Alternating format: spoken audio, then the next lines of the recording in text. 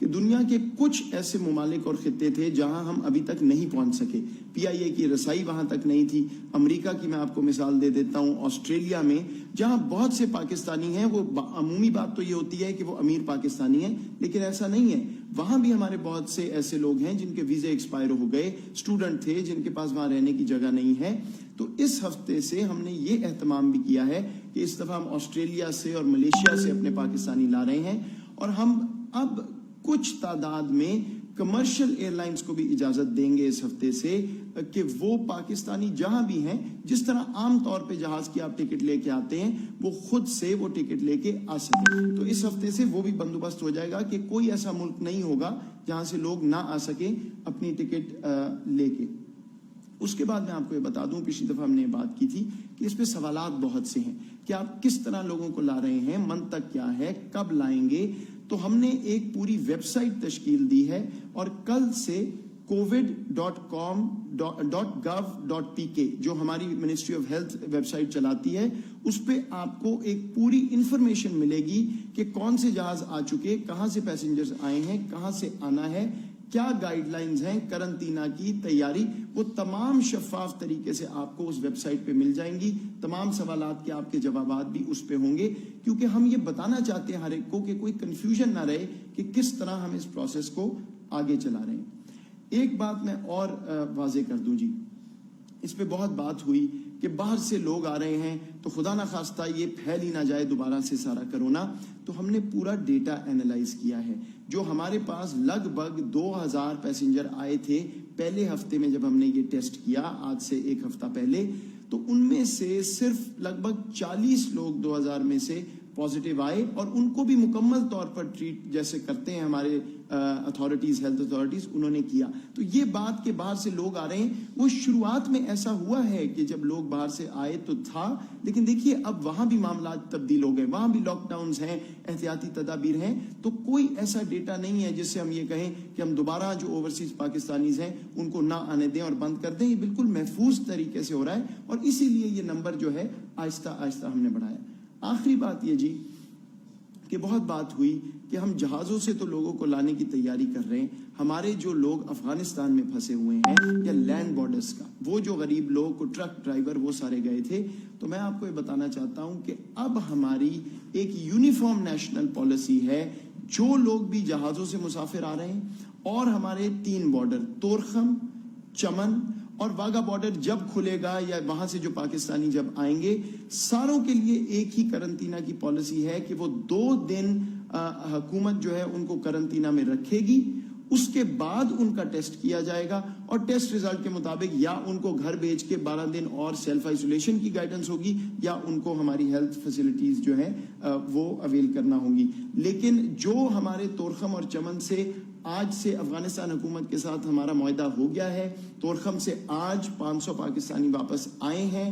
اسی طرح چمن اگلے ہفتے سے 2-4 روز میں وہاں بھی کرنٹینا کا پروسیس پورا ہو جائے گا, ہماری فیسلٹیز وہاں سے بھی لگ بھگ 300 لوگ آئیں گے. تو یہ جو اسی طرح افغانستان کے لینڈ بارڈر والا معاملہ بھی ہم نے حل کر لیا ہے, اور مسافروں کا میں نے آپ کو بتا دیا ایئر ٹریول کا کہ وہ 3 گنا بڑھ جائے گا, اور یہ ہم انشاءاللہ وقتاً فوقتاً بڑھاتے رہیں گے, لیکن شفاف طریقے سے آپ کو بتاتے بھی رہیں گے, آگاہ کرتے رہیں گے کہ ہماری کیا پالیسی ہے. اور دن رات میں آپ کو آخری بات کہہ رہا ہوں کہ وزیر اعظم صاحب سے مجھے سرزنش ہوتی ہے کہ ہم کیا کر رہے ہیں, جلدی کیوں نہیں کر رہے. تو پوری نظر ہماری اس پہ. آپ کا بہت شکریہ. اچھا جی, آخر میں کہ ہم یہ کرونا کے خلاف جنگ کیسے جیتیں گے, اور جیت کیا ہوگی وہ. اگر یہ جب بھی ختم ہوتا ہے 6 مہینے میں, 8 مہینے میں, کہہ نہیں سکتے ہم, لیکن جب بھی یہ کرونا کا جو ایشو نیچے جاتا ہے, تو اگر یہاں غربت بڑھ گئی تو اس کا مطلب ہم جنگ ہار گئے.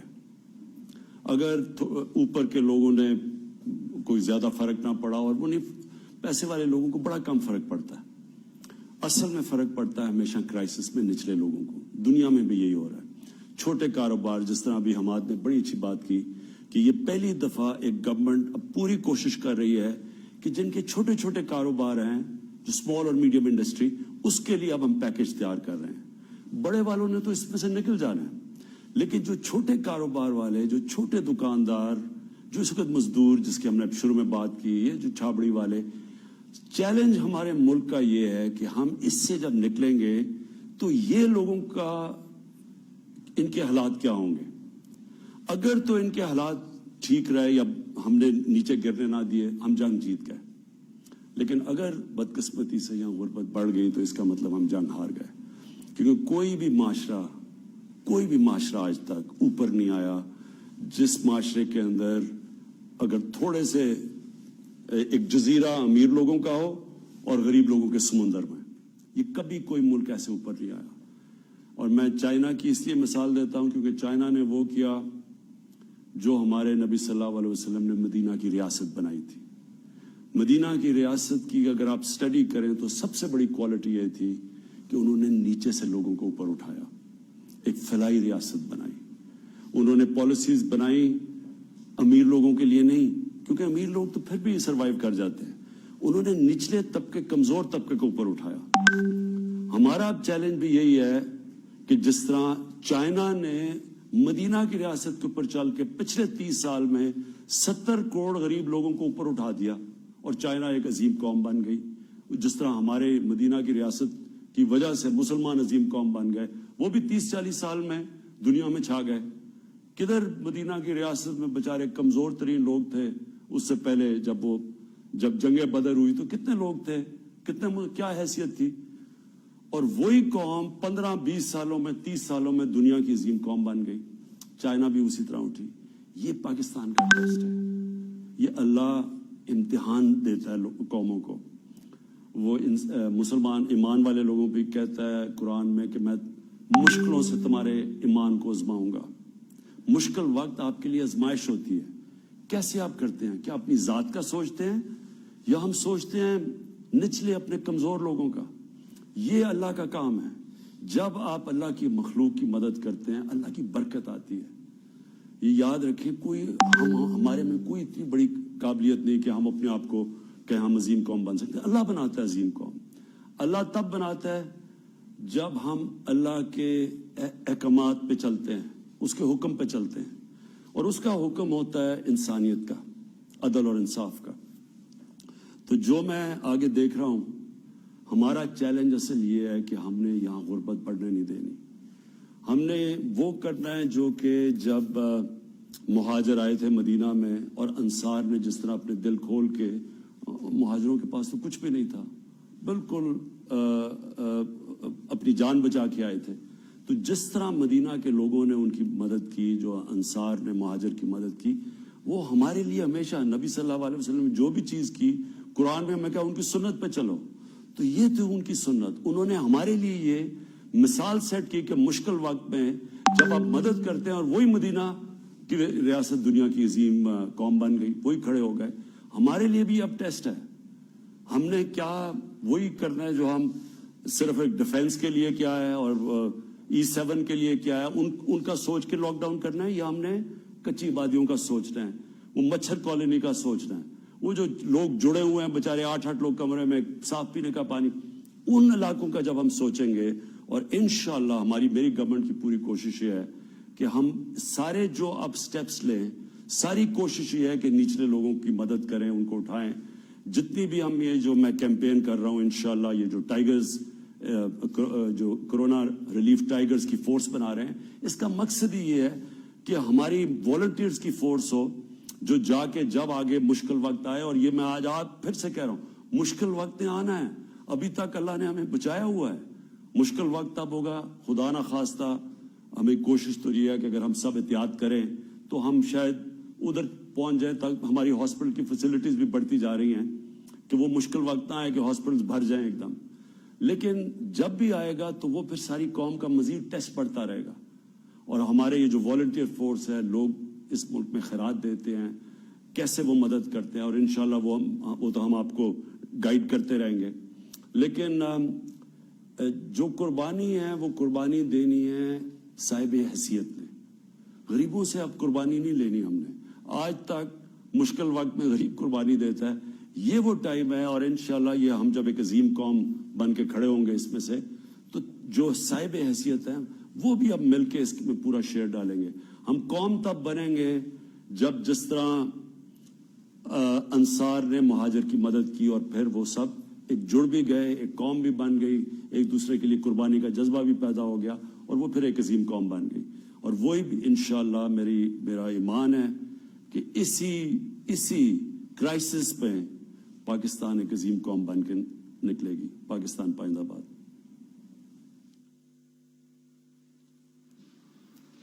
وزیر اعظم عمران خان حکومتی ٹیم کے ہمراہ کورونا کی موجودہ